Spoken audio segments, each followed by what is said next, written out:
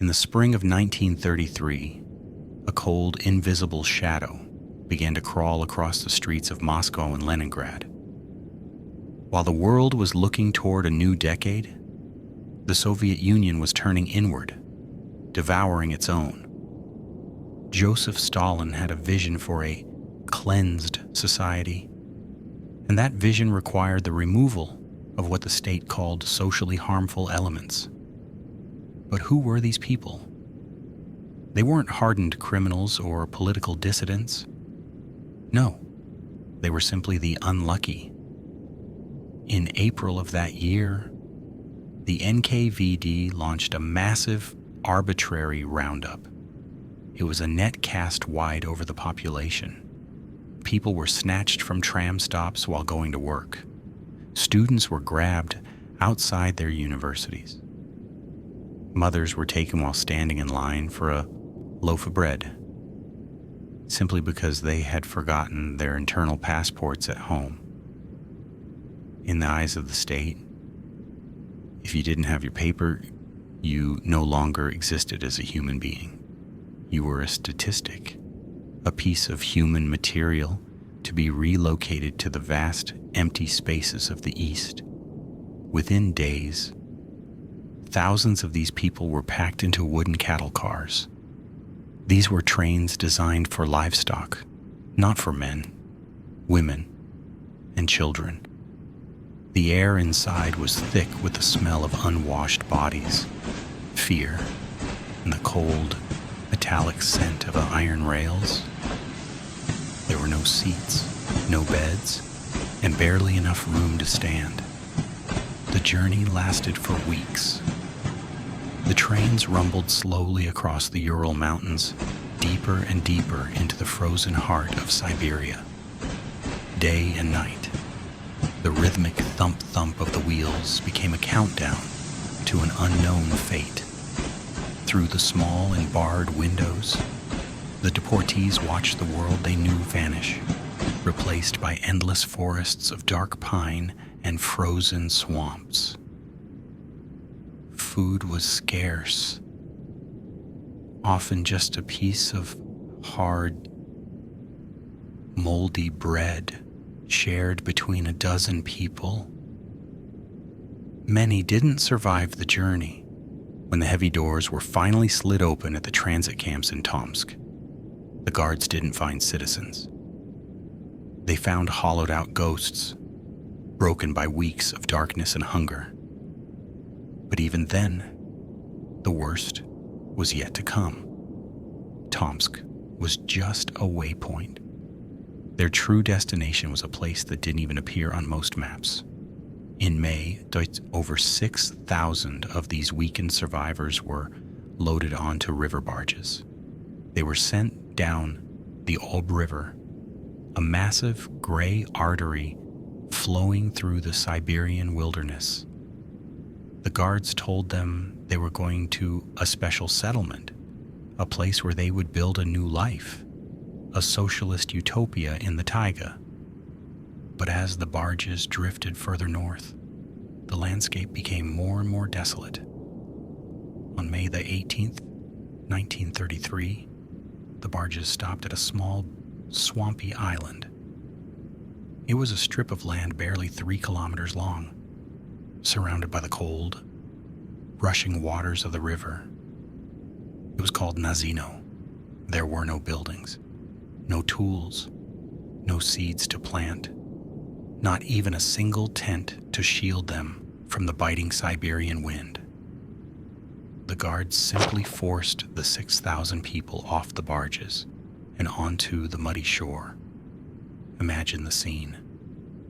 6,000 city dwellers, many still wearing their fine coats and leather shoes from Moscow, standing in the knee-deep mud of an uninhabited island.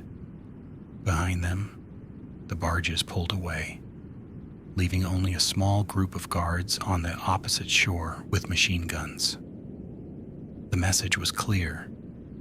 You are here to stay, and there is nowhere to run.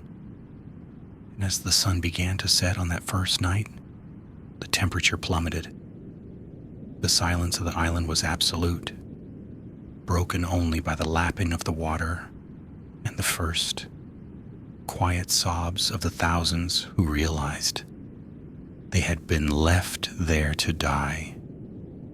This was the birth of the island of cannibals, and the nightmare had only just begun.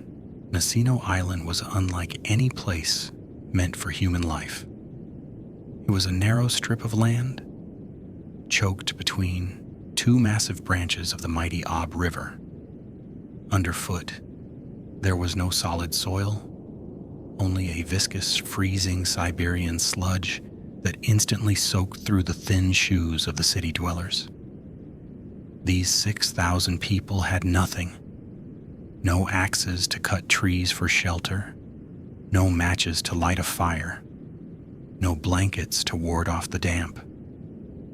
The first night was the final night for many. The Siberian May is deceptive. During the day, the sun might feel warm, but at night, the temperature plummets to near freezing, and a piercing wet wind blows off the river. People huddle together in groups of 30 or 40, trying to stay warm by the heat of each other's bodies.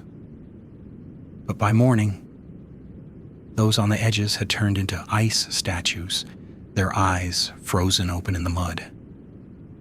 The guards, watching from boats on the river, simply smoked their pipes with indifference. Their orders were clear: no one leaves the island. Any attempt to swim to the distant shore was met with a short burst of machine gun fire. The water of the Ob was ice cold, and even the strongest swimmers lost their strength in minutes, their bodies swept away into the gray mist by the current. On the second day, food finally arrived on the island. Thousands of starving people rushed to the shore, expecting bread. But instead, the guards unloaded sacks of raw rye flour. That was it. No ovens, no salt, no pans. In their desperation, people began to grab the flour by the handful.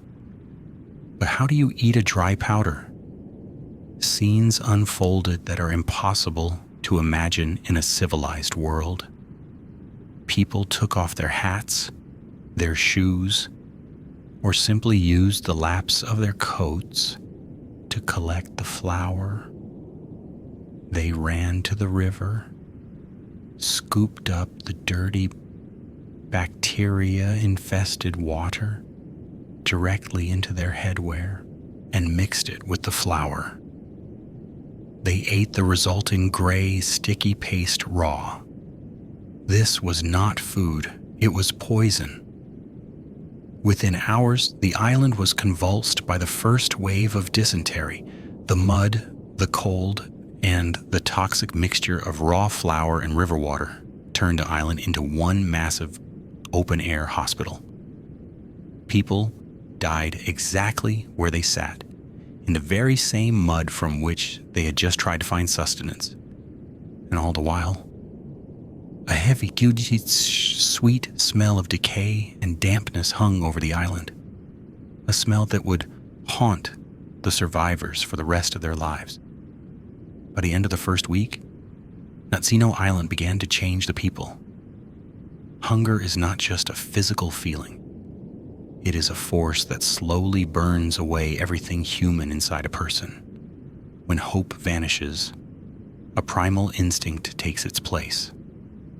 Gangs began to form on the island, made up of the stronger ones, former career criminals who had also been caught in the purge.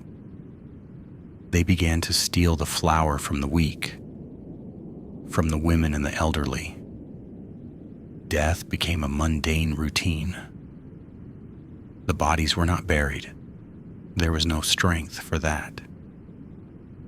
They were simply dragged into the tall grass or left to lie at the water's edge. The guards occasionally stepped onto the island to conduct a roll call, but they moved in groups of 5 or 6. their finger never leaving the triggers of their rifles. They saw what was happening. They saw people turning into shadows, but in their reports to Moscow, everything was within the plan. One report stated that the contingent shows signs of exhaustion, but not a word mentioned that people were already losing their minds. On Nazino, the silence was unique. It wasn't the silence of peace. It was the silence of anticipation. Every man looked at his neighbor not as a friend, but as a resource or a threat. It was then, in late May of 1933, that the threshold of the unthinkable was crossed. Human flesh was no longer a taboo. It was the only way to see the next sunrise. By the second week, civilization on Nazino had completely ceased to exist. 5,000 shadows, abandoned in the Siberian mud, had divided into predators and prey. Power on the island was seized by the Urki, hardened criminals who moved in packs. They were better organized. They were brutal, and they still had their strength. They established their own law, the flour, which was rarely brought to the shore, now belonged only to them. Anyone who tried to approach the sacks without their permission risked their life. No, the criminals weren't just interested in the food. They began a hunt for gold dental crowns and clothing. In the freezing damp of the night, people were stripped naked, left to die of exposure right in the swamp. Those who just yesterday were teachers, workers, or students now crawled at the feet of bandits, begging for a handful of raw flour mixed with sand. The island had turned into a living experiment in the degradation of the human spirit. And the most terrifying part was that the guards saw this, and they were entertained. They called it natural selection in a socialist paradise. In late May of 1933, a strange, heavy smoke began to rise over Nazino Island, coming from small fires hidden in the tall grass. There had been no food delivered to the island for several days. Yet, the fires were burning. It was then that a whisper began to crawl among the survivors, a whisper that turned the blood cold. The word cannibal was no longer a fairy tale. It was the reality of the island. At first, it was the bodies of those who had died from the cold. But soon, the hunger, which had turned men into crazed animals, crossed the final line. In the archives, witness accounts have survived that make the skin crawl. One female doctor later recounted seeing a young girl tied to a tree. Parts of her body had been removed. She was still alive, but her eyes were already vacant. The predators didn't wait for death to take its prey. Hunger had scrubbed every trace of humanity from them, leaving only the gnashing of teeth and the growling of stomachs. This was not a struggle for life. It was a collective psychological collapse. Nazino Island had officially earned its new name, Death Island, and everyone who set foot there understood God had abandoned this place. Only the devil in a worn-out greatcoat remained. And what of the guards? They stood on the opposite bank of the river, in warmth and safety. They heard the screams coming from the island at night. They saw the smoke from the fires and knew exactly what was being cooked. But to them, these were not humans. They were enemies of the people. Trash, socially harmful elements. Sometimes, the guards amused themselves by going on a hunt. If one of the prisoners tried to build a raft from rotting branches, or simply threw themselves into the icy water in despair to swim across the bay, they opened fire. Not to stop an escape, there was nowhere to run. There were hundreds of miles of impenetrable taiga in every direction. They shot for fun, to see how a man would flail in the water before sinking to the bottom. The island became a personal firing range for the convoys. One survivor remembered how a guard laughed while watching a mother try to hide her child in a pit of mud so the cannibals wouldn't find him. By early June, Nazino had turned into one massive graveyard where the dead envied the living, and the living were indistinguishable from the dead. The soil was soaked with blood and waste. The stench of decay was so thick it could be smelled in villages many miles downstream. The system remained silent. The gears of the Stalinist purges continued to turn, bringing more and more barges of human material to the island. No one knew that this tragedy would become one of the most guarded secrets of the Soviet Empire. A secret that would be buried for 55 years. The tragedy of Nazino couldn't remain hidden forever, not even in the height of the Soviet purges. In the summer of 1933, a local Communist Party instructor named Vasily Velichko was sent to investigate the settlement. What he found was not a socialist labor colony, but a wasteland of bones and madness. Velichko was horrified. He sat down and wrote a detailed, desperate letter directly to Joseph Stalin. He described the raw flour, the dysentery, and the horrific evidence of cannibalism that stained the grass of the island. He wrote about the guards who hunted humans for sport and the thousands of lives discarded like trash. For a brief moment, it seemed as if the truth would bring justice. But Stalin's response was cold. He didn't punish the guards. He didn't reform the system. Instead, he ordered the letter to be marked top secret. The report was buried in the deepest archives of the Kremlin, and Vasily Velichko was quietly removed from his position. The island was evacuated, the survivors were scattered across other camps, and Nazino was officially erased from the Soviet memory. For 55 years, the name Nazino was spoken only in terrified whispers among the survivors. To speak of the Cannibal Island was to invite a death sentence. Families of those who vanished in 1933 were never told the truth. Their loved ones simply became lost souls in the vast machine of the state. It wasn't until 1988, during the era of glasnost, that the files were finally unlocked. The world was shocked to learn that this was not a campfire ghost story, but a documented, state-sponsored atrocity.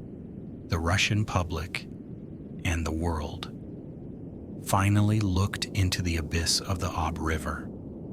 They saw the lists of students, workers, and grandfathers who had been snatched from the streets of Moscow, only to end their lives in a muddy pit in Siberia. The archives proved that Nazino wasn't an accident. It was the logical conclusion of a system that valued the plan over the pulse of a human heart. Today, Nazino Island is a quiet place. The high grass still sways in the wind, and the gray waters of the Ob still wash against its muddy shores. There are no monuments here, no museums, only the occasional wooden cross erected by those who remember. But locals in the nearby villages say the island feels heavy.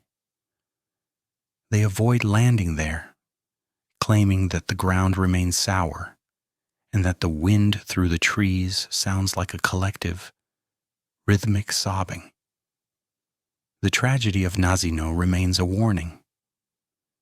It shows us how quickly the line between civilization and savagery can dissolve when humanity is stripped away. It reminds us that the most dangerous thing in the world is not a monster, but a bureaucracy that has lost its soul.